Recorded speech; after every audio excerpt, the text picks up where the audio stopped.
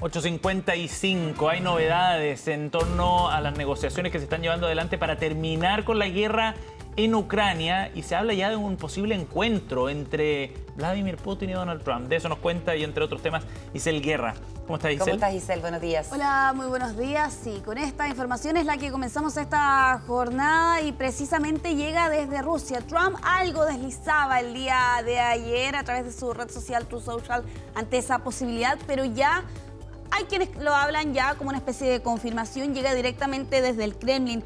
Un alto asesor precisamente de Rusia, Yuri Ushakov, aseguraba durante esta jornada que efectivamente Trump y Putin podrían reunirse los próximos días.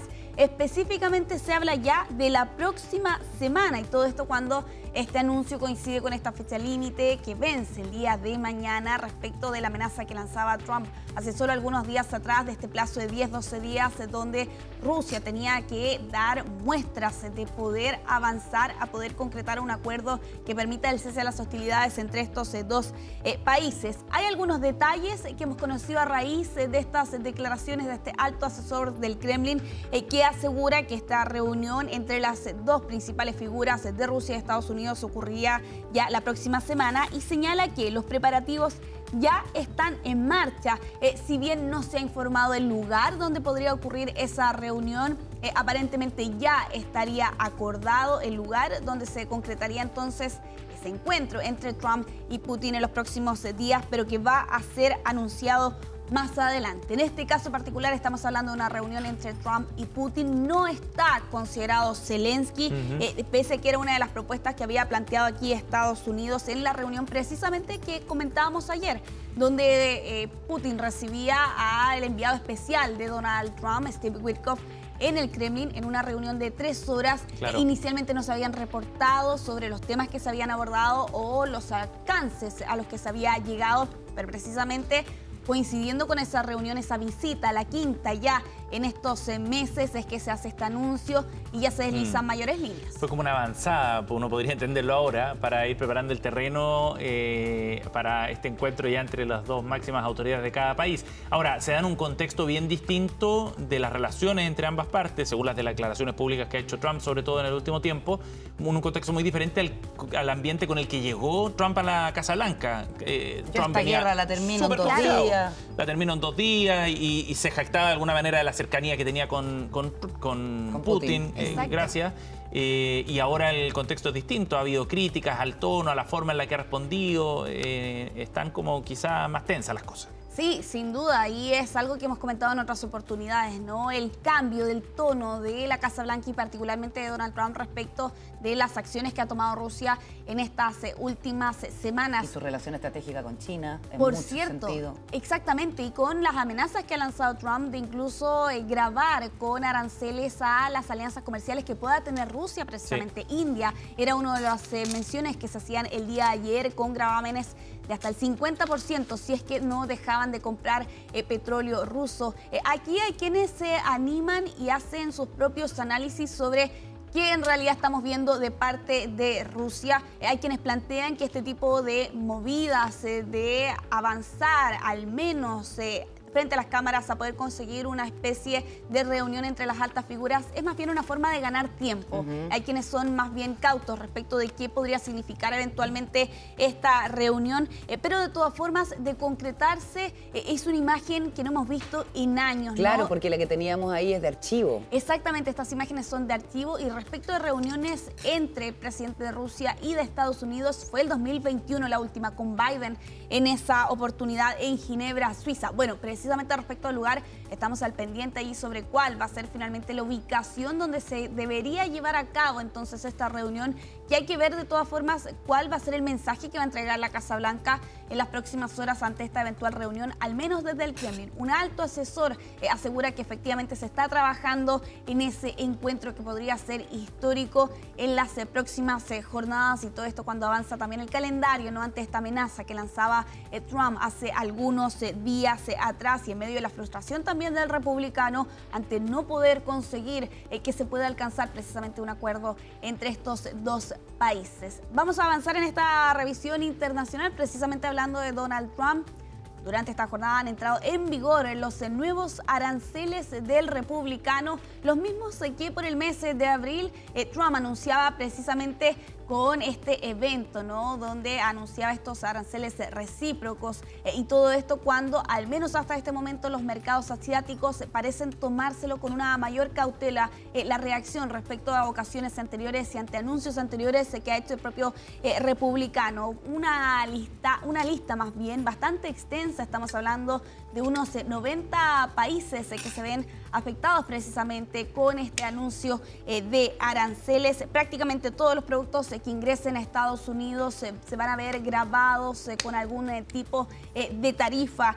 Y claro, aquí con este mensaje que entregaba Trump a través de sus redes sociales en Truth Social, 2 minutos antes de la medianoche, Trump publicaba lo siguiente: es medianoche, miles de millones de dólares en aranceles están entrando a Estados Unidos de América. La zona más afectada, sin duda, el sudeste asiático, Laos, por ejemplo, Myanmar, 40% de aranceles. Aquí hay algunos quienes plantean que precisamente está buscando golpear a aliados comerciales de China a través de estos aranceles. Claro, y eso es bien impactante cómo se empieza a mover rápido ese panorama, porque obliga a muchos países a ir buscando nuevas alianzas. Por ejemplo, en Suiza, que se va a ver afectado por la tasa... 39%. Sí, ya, 39%. En Suiza estaban planteando, por ejemplo, terminar con un acuerdo para comprar aviones norteamericanos, ¿ya? Entonces esto va a empezar a generar una serie de decisiones de esta naturaleza. Suiza va a tratar de revertir el arancel, si que no lo consigue, presionará por otros mecanismos y empezará a mirar a otros mercados también, claro, y a buscar nuevas alianzas. Y en la India se da un debate similar también, a si era tolerable o no aguantar estas presiones de Estados Unidos, que le está diciendo, mire, si tú le compras a Rusia el petróleo, su gas, etcétera, subimos los aranceles de nuevo. Los amigos de mis enemigos son mis enemigos. Claro, y en India se empieza a generar la discusión, oye, ¿por qué vamos a aguantar este tipo de imposiciones y este tono medio imperial que tiene Estados Unidos? Y todo eso, también en los BRICS, uno no sabe cómo va a terminar después. Claro. Sí, estamos hablando en el caso de India, que por lo demás es una de las potencias no comerciales, con un gravamen que de hecho durante esta jornada entraba en vigor del 25%, pero ya esta semana la administración de Trump advertía con otro 25% adicional que podría entrar en vigor a finales de este mes. Y claro, con los efectos dominó, ¿no?, en cadena que se ven a raíz precisamente de estos anuncios, varios productos que van a comenzar a ser más caros se plantea en Estados Unidos, la electrónica, ¿no? Porque ahí afecta directamente a naciones como China, México, también Taiwán. La ropa, ¿no?, con los aranceles a Bangladesh y precisamente a India, que es la nación que estábamos hablando anteriormente. Y en el caso de Suiza, bueno, los relojes, esa es la conexión que hace por lo demás una de las notas de CNN durante esta jornada, y entre ellos también la Unión Europea, los alcoholes también se verían afectados precisamente con este acuerdo que de todas formas se alcanzó, pero siguen siendo un arancel del 15% de los productos europeos. Y por otra parte está lo que ocurre, por ejemplo, con el agro en época de cosecha de ciertos frutos, qué sé yo, porque hay muchos agricultores en Estados Unidos que no tienen mano de obra para cosechar y hay mucha cosecha que se está perdiendo. Todo esto por la estrategia agresiva del ICE, ¿cierto? El organismo contra la inmigración irregular, ilegal, que sigue siendo un drama para muchas familias allá en Estados Unidos y que está teniendo una repercusión súper clara y concreta en la economía. O sea, hay que ver al final del día cuán beneficiosa es o perjudicial la política comercial de Trump, porque él habla de millones de dólares que empiezan a entrar, ¿cierto? Y ahí había hecho el mismo cálculo cuando se empezaron a implementar los aranceles, pero eso en el mediano y largo plazo tiene un efecto que es totalmente nocivo. Exacto, sí, y que quizás todavía no hemos podido ver en toda su magnitud. De todas formas, el día de ayer desde la Casa Blanca también se hacían otros anuncios, particularmente con Apple. Se mencionaba que esta compañía se había comprometido con otros 100.000 millones de dólares para llevar a cabo acciones e inversiones manufactureras precisamente en Estados Unidos, como parte también de los otros efectos que ha dejado los anuncios de aranceles de Donald Trump, que ya han entrado en vigor entonces durante esta jornada. Al menos los mercados asiáticos se lo han tomado con más calma. Habrá que ver finalmente cuáles van a ser las repercusiones, no solo durante esta jornada, sino que también a lo largo de las próximas semanas y meses. Vamos a avanzar en esta revisión internacional, vamos a continuar en China porque esta nación en estas últimas jornadas ha estado enfrentando un brote bastante grave de chikungunya, este virus que está asociado a la presencia de un mosquito. Y claro, aquí el combate ha sido bastante intenso de parte de las autoridades asiáticas, no solo, y lo ven ustedes ahí en pantalla con estos mosquiteros rociando insecticida en las calles, en las zonas residenciales, también en las obras de construcción, sino que también con el despliegue de drones. Y se estarán preguntando por qué estarían utilizando estos objetos para poder combatir este brote bastante grave que ha estado enfrentando en estos últimos días. Bueno, están utilizando drones para encontrar agua estancada, y esto tras las lluvias que se han registrado en China en estas últimas semanas, porque precisamente en estas zonas son quienes los mosquitos ponen sus huevos y se reproducen con mayor facilidad. También se están anunciando multas para quienes almacenen agua estancada, hasta $1.400 para aquellas familias que no tomen las medidas correspondientes para hacer frente a este brote. Los casos se han disparado, ya estamos hablando de 7.000 casos hasta el día de ayer. Ya es considerado el mayor brote jamás documentado en la nación asiática, pero además hay algunos expertos que plantean que lo notable de este evento es que el chikungunya nunca antes se había establecido en China continental, y por eso también la preocupación de parte de los expertos ante estos casos que han aumentado de manera exponencial en estos últimos días, particularmente en Foshan, es el centro manufacturero del sur de China, que está ubicado aproximadamente a unos 105 kilómetros de Hong Kong.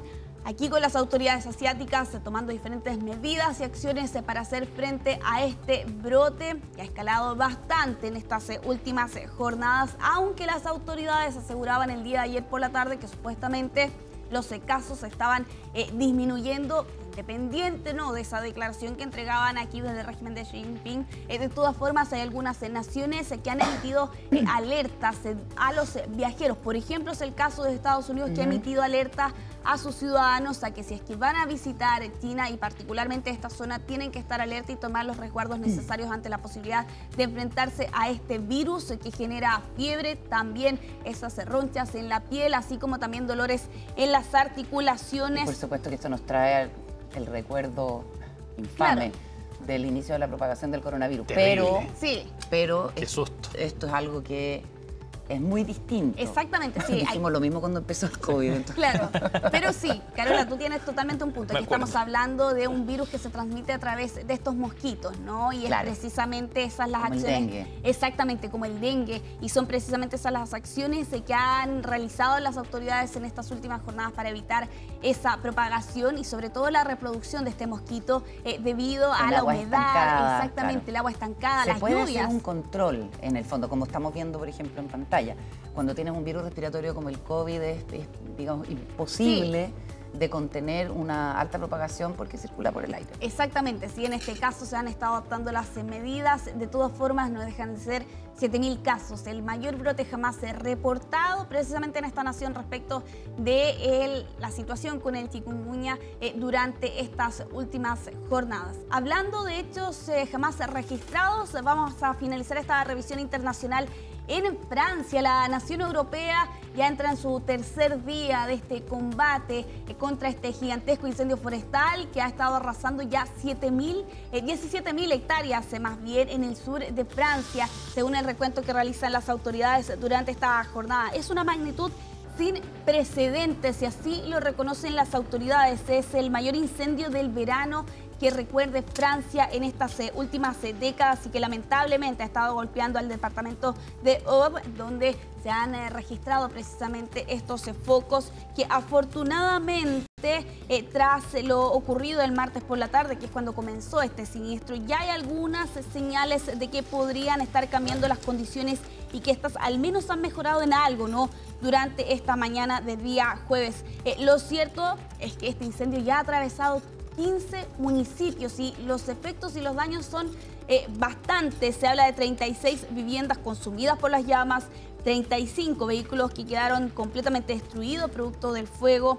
Una víctima fatal que la reportábamos el día de ayer, una mujer de 65 años que perdió la vida tras no haber evacuado su vivienda pese a los anuncios que habían hecho las autoridades hasta ese momento. Los heridos ya son 13, la mayoría son bomberos, pero hay al menos 2 residentes que resultaron con lesiones producto del avance de las llamas allí en el sur de Francia. Yo les mencionaba, las condiciones han mejorado al menos en esta mañana.